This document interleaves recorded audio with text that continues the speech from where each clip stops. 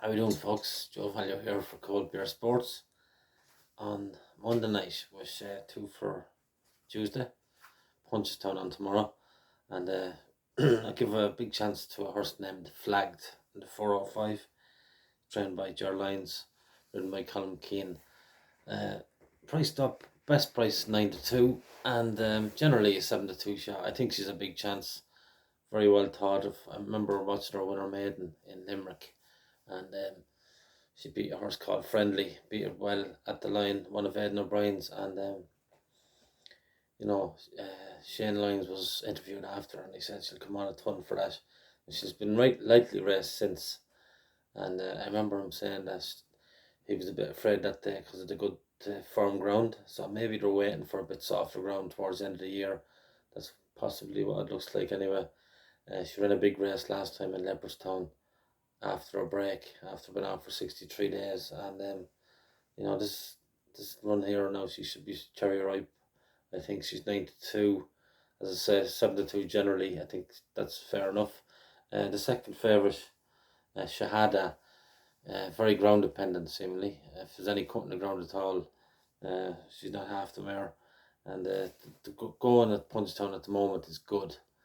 But there is rain forecast, so whether that materialises or not, it'll be interesting. But any rain that does fall will definitely be in Flagged favour, my selection.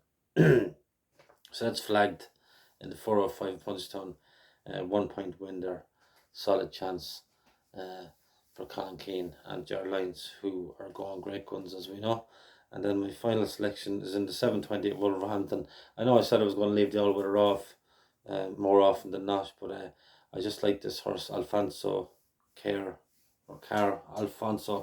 yeah. Seen him run the last day. Seen him run a good few times now, but the last day I thought he was particularly eye-catching over 6.